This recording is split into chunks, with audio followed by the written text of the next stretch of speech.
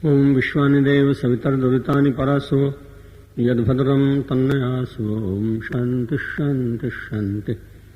कल्याणानां निधानं कलिमलमथनं पावनं पावनानां पाथेयं जन्ममुक्षौ सपदि परपदप्राप्तये प्रस्थितस्य विश्रामस्थानमेकं कविवरवचसां जीवनं सज्जनानां बीजं धर्मद्रुमस्य प्रभवतु भवतां भूतये रामनाम।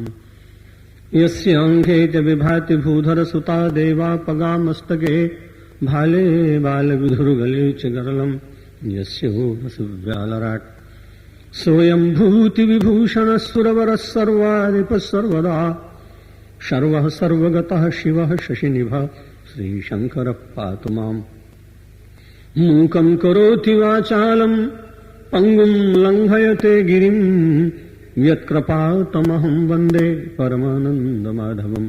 वसुदेवसुतं देवं कंसचाणूरमर्दनं देवकी परमानन्दं कृष्णं वन्दे जगद्गुरुं।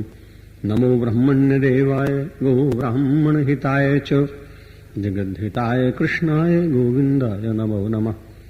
नारायणं नमस्कृत्य नरं चैव नरोत्तमं देवीं सरस्वतीं व्यासं ततो जयमुदीरयेत्। वाग्देवी वर प्राप्ता प्रिय प्रज्ञा भारती जी,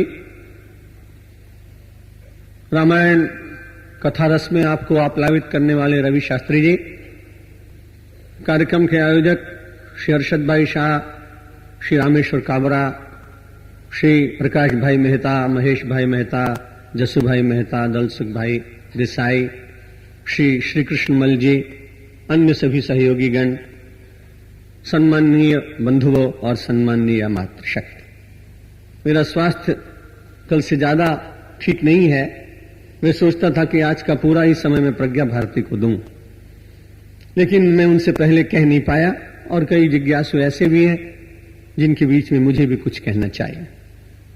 राजनीति में लोग कई बार ऐसा पूछा करते हैं, इनके बाद कौन, इनके बाद कौन। हमारे यहां धर्म शास्त्रों में और आचार्यों में, संतों में ऐसा कुछ शोध नहीं करनी पड़ती। ये कविता जो प्रज्ञा भारती ने अभी तुलसीदास जी की सुनाई, ये उन्होंने 10 वर्ष की आयु में लिखी थी। और मैं बहुत पहले कविताएं लिखता था, लेकिन हमारे शास्त्रों में लिखा है सर्वस्मात् जयम इच्छेत शिष्यात इच्छेत पराजयम।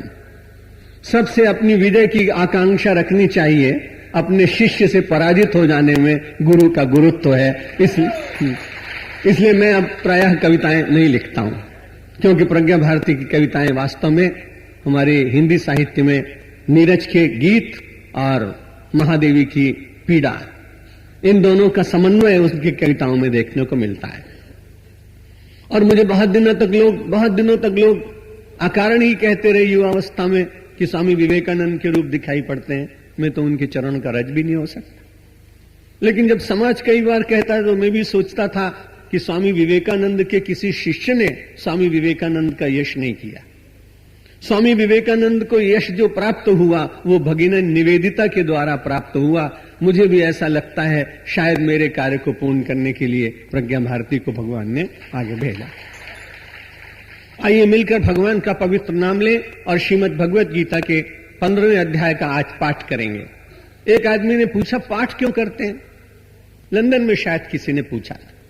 मैंने कहा, बार बार पाठ पाठ पाठ करो तो उसमें से शब्द कौन सा निकलता है उलट कर? तो उन्होंने कहा कि ठप्पा। मैंने कहा, आपको किसी भी व्यक्ति ने, बड़े आदमी ने पत्र लिख दिया हो और पत्र लिखने के बाद हस्ताक्षर किए हो, पर हस्ताक्षर के नीचे यदि उसका मुद्रा लेख न हो, उसकी मोहर न लगी हो, तब तक वो प्रामाणिक मानी नहीं जाती है। इसलिए हम सब जो ग्रंथों का पाठ बहुत दिनों तक करते हैं, कई लोग तो उसको ऐसा मानते हैं कि पोपट की तरह पढ़ रहे हैं। उसमें कुछ सत्य भी है, क्योंकि उसका अर्थ समझ के पाठ करना चाहिए। लेकिन मानो आप यूं ही पाठ करते रहे श्रद्धा पूर्वक, तो आप निश्चित मानिए कि आपके पाठ पर परमात्मा कृपा करके कभी अपनी ठप्पा लगा देगा, अपनी मोहर लगा देगा और आपका वो पाठ आपके लिए कल्याणकारी हो जाए। यदि आप नियमित रूप से उसे वैसे ही करें जैसे नियमित भोजन करते हैं। इसलिए आज पूरे गीता के 15वें श्लोक की व्याख्या में कर नहीं पाया तो उसका पाठ करें, लेकिन 10 मिनट कुछ थोड़ी सी चर्चा भी करते हैं। सर्वस्य चाहम हृदय सन्निविष्टो मत्तस्मृति ज्ञानम अपोहनम च वेदेश सर्वै रहमेव वेद्यो वेदांत कृद्वेद विदेव चाहम। भगवान ने कहा, अर्जुन सर्वस्य चाहम हृदय सन्निविष्टो, बड़े अच्छे लोग हैं दुनिया में, शास्त्रों में अपनी बात लोग ढूंढते हैं। हिंदी में हम सब लोग चाय को चाय कहते हैं और गुजराती में चाय को चाह कहते हैं। एक आदमी ने कहा कि मारे માટે तो भगवान ने आज्ञा आपी है कि तुम्हारे चाह पीवी જોઈએ। मैंने कहा कहां?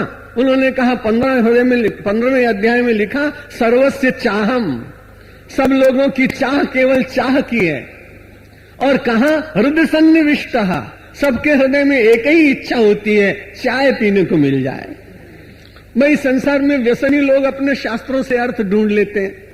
एक आदमी ने धूम्रपान की भी उसमें से प्रेरणा ले ली थी, उसकी चर्चा नहीं करेंगे, लेकिन यहां वास्तव में अर्थ क्या है? सर्वस्य चाहम हृदय सन्निविष्टः। परमात्मा कहते हैं संसार का कोई ऐसा प्राणी नहीं जिसके भीतर में सन्निविष्ट नहीं। जो लोग हिंदू धर्म के ऊपर ये आक्षेप लगाते हैं कि यहां वर्णाश्रम के द्वारा समाज का बड़ा शोषण हुआ, आजकल ऐसी बात कहने वाले कई लोग निकल गए, मनुवादी। लेकिन आप विचार करके देखें तो हमारे यहां शोषण की बात नहीं, व्यवस्था की दृष्टि से वैसा कभी हुआ होगा, लेकिन उसमें भी कहीं किसी व्यक्ति के प्रति या समाज के प्रति कोई द्वेष दिखाई नहीं पड़ता। मध्यकाल में पुराणों में कुछ ऐसे श्लोक क्षेपक आ गए जो स्वयं मुसलमानों के द्वारा लिखवाए गए, जिससे कि हिंदू समाज में विभाजन हो और वो ये कह सकें कि तुम्हारे अग्र समाज के लोग तुम्हारा बड़ा अनादर करते हैं, इसलिए तुम हमारे समाज में मिल जाओ। हमारे ग्रंथों में क्षेपक बहुत मिलते हैं।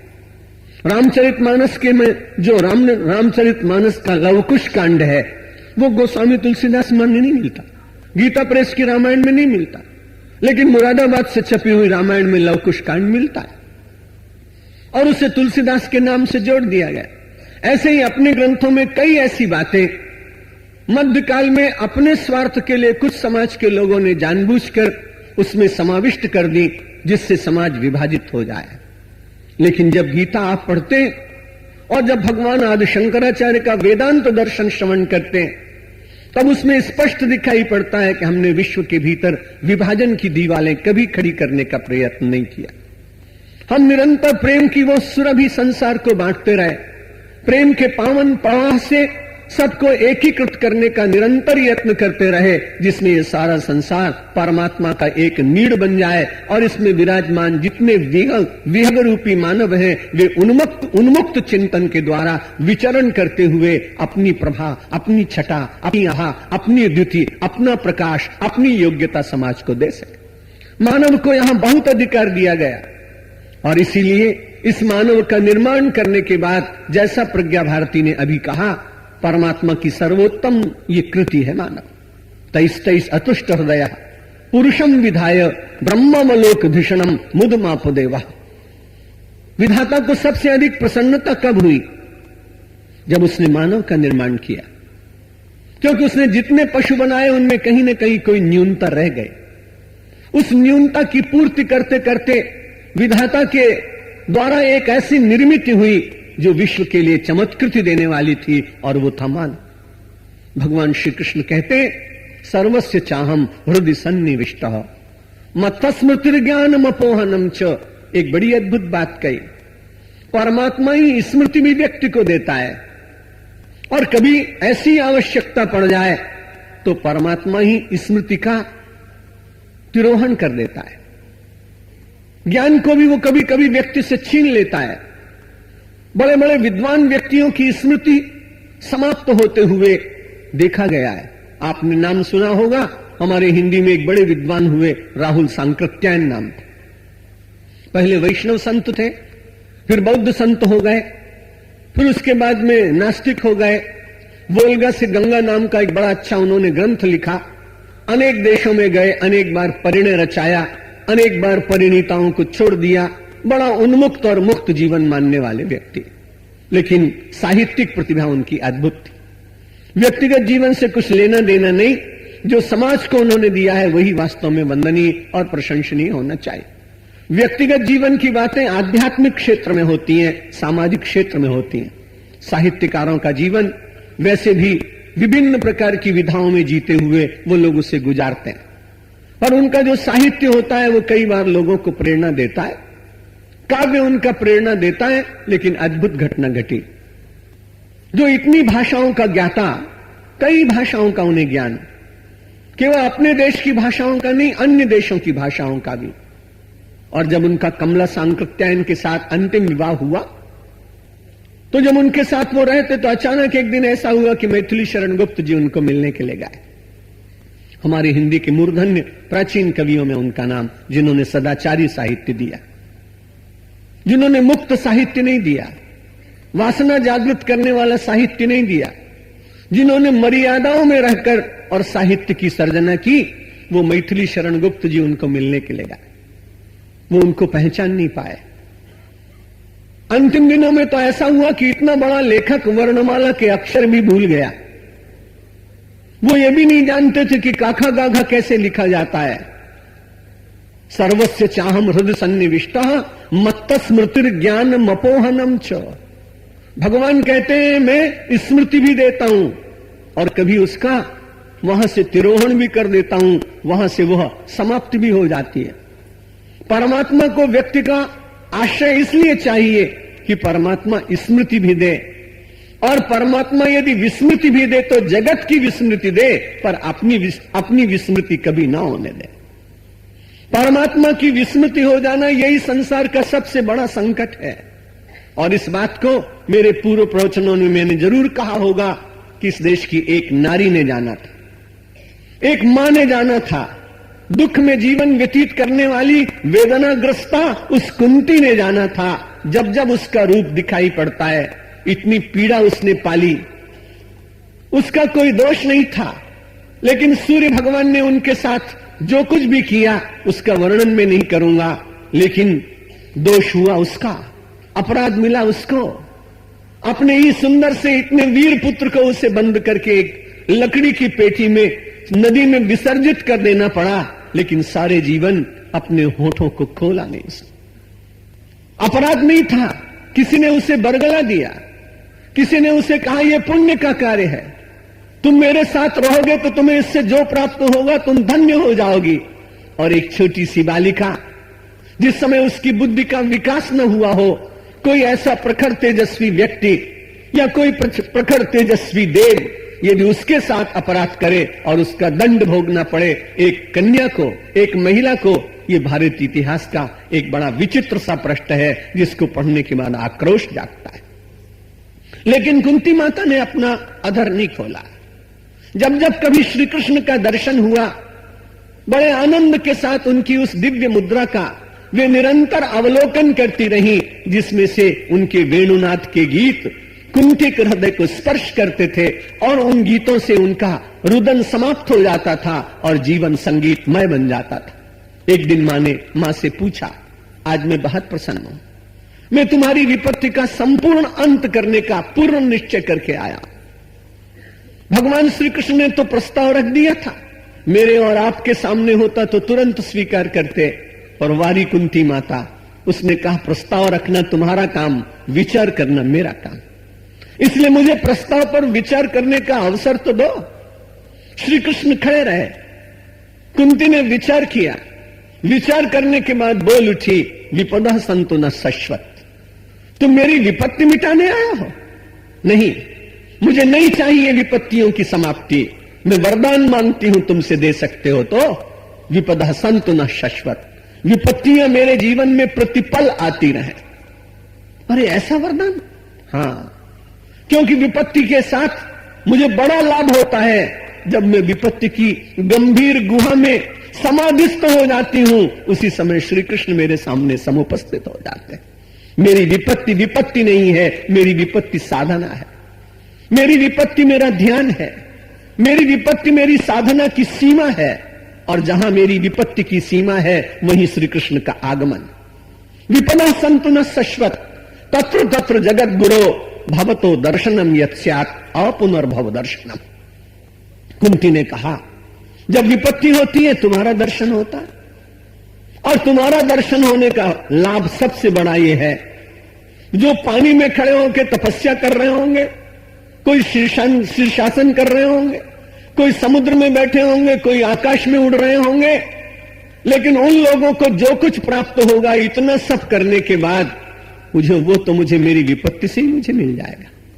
क्योंकि जब विपत्ति होगी तुम्हारा दर्शन होगा, और तुम्हारा दर्शन तो मोक्ष अपने आप दिलाता है। इसलिए मोक्ष मांगूंगी नहीं, मांगूंगी विपत्ति, और विपत्ति से पहुंचूंगी कहां? विपत्ति का शिखर है मोक्ष। ये अभिनव चिंतन, अद्भुत चिंतन इस देश की एक महिला ने दिया। सर्वस्य चाहम हृदय सन्निविष्टो मत्तस्मृतिर ज्ञान मपोहनम च। परमात्मा ज्ञान देता है। परमात्मा कभी कभी व्यक्ति को अज्ञानी बना देता है। गोस्वामी तुलसीदास जी ने कहा, ज्ञानी मूढ़ न कोई ज्ञानी है, न कोई मूढ़ है। जिस क्षण परमात्मा जैसा करते हैं वैसा वो व्यक्ति बन जाता है। इसलिए सूत्रधार परमात्मा है। उमा दारू योषित की नाई, सब ही न चावत राम गोसाई। ये राम गोसाई सबको नृत्य कराता है। हम सब लोगों का सूत्रधार वो परमात्मा है।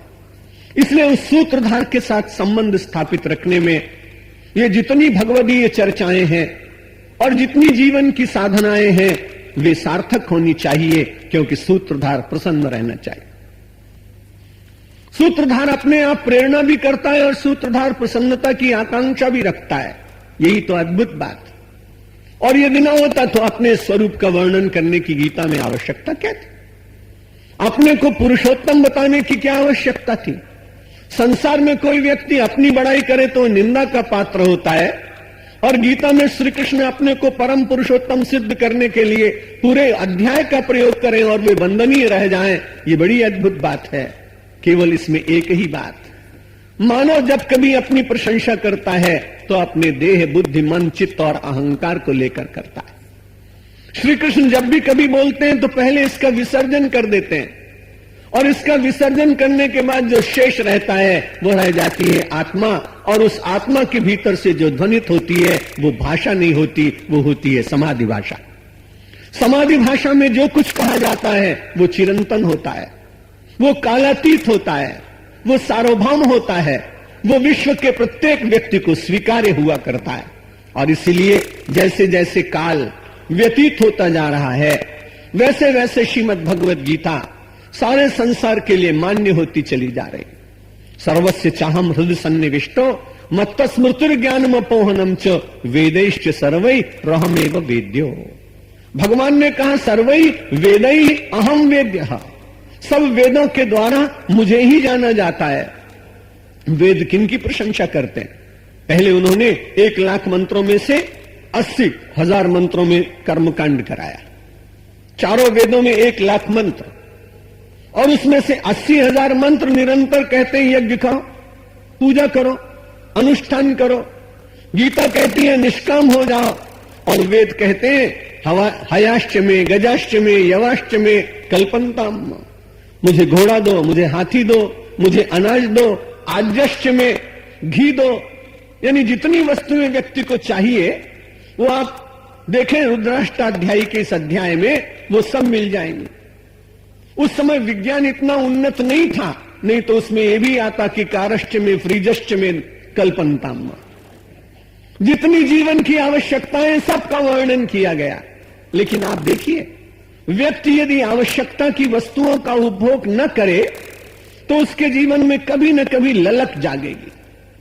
इसलिए वेद ने मानवीय दुर्बलता का दर्शन करते हुए पहले कहा कि आप त्यागपूर्वक संसार के पदार्थों का उपभोग करें, और उनमें विवेक पूर्वक उनको देखते रहिए कि ये कितना आपका साथ दे सकते हैं और इनकी कितनी सामर्थ्य है और कितनी असामर्थ्य। 80,000 मंत्रों में वेद ने कर्मकांड कराया। 16,000 मंत्रों में कर्मकांड से बिल्कुल हटकर आपको उपासना और भक्ति में ले गया। कर्म के द्वारा मल दोष का निवारण करा दिया, उपासना के द्वारा विक्षेप मिटा दिया, और केवल 4,000 मंत्रों में ज्ञान कांड, और उनके द्वारा आपके आवरण को नष्ट कर दिया। आवरण को हटाना सबसे सरल काम है। यहां अभी एक पर्दा लगा हुआ है, और इसके पीछे नाटक के पात्र बैठे हों, तो उन नाटक के पात्रों को दिखाने के लिए कोई बड़ा काम नहीं करना पड़ता। पात्र तो पहले ही सच के बैठ गए। अब तो केवल एक डोरी को हिलाना होता है और आवरण हट जाता है। इसलिए ज्ञान का मार्ग सर्वोत्तम श्रेष्ठ होने पर भी कर्म के द्वारा, उपासना के द्वारा वहां तक पहुंचने का व्यक्ति को यत्न करना पड़ता है। भगवान कहते हैं अंत तो गत्वा वेदै ही सर्वे वेदै ही, सब वेदों के द्वारा अहम वेद्यः। यदि आप जानना चाहते हैं तो उस परमात्मा को ही जानने का प्रयत्न करना चाहिए। सर्वस्य चाहम हृदय सन्निविष्टो मत्त स्मृतिर्ज्ञानम अपोहनम च वेदैश्च सर्वे रहमेव वेद्यो वेदांत कृद्वेद विदेव चाहम। और चाहने वाला भी वही है और जिसको चाहा जाता है वो भी वही है। यहां जीव और ब्रह्म के एकाकार अवस्था का सुंदर वर्णन किया गया है। यदि व्यक्ति निरंतर चलता रहे और चलते चलते उसको मंजिल न मिले, उसे ध्येय न मिले, साधना करता रहे, उसे साध्य का दर्शन न हो, तो उसकी साधना का फल ही क्या हुआ। जीव ने यात्रा प्रारंभ की, नाना प्रकार की उपत्यकाओं में विचरण करता हुआ वो पहुंचा। पहुंचते पहुंचते हिमालय पर पहुंचना है तो उपत्यकाओं में नहीं जाएगा तो हिमालय मिलेगा कैसे।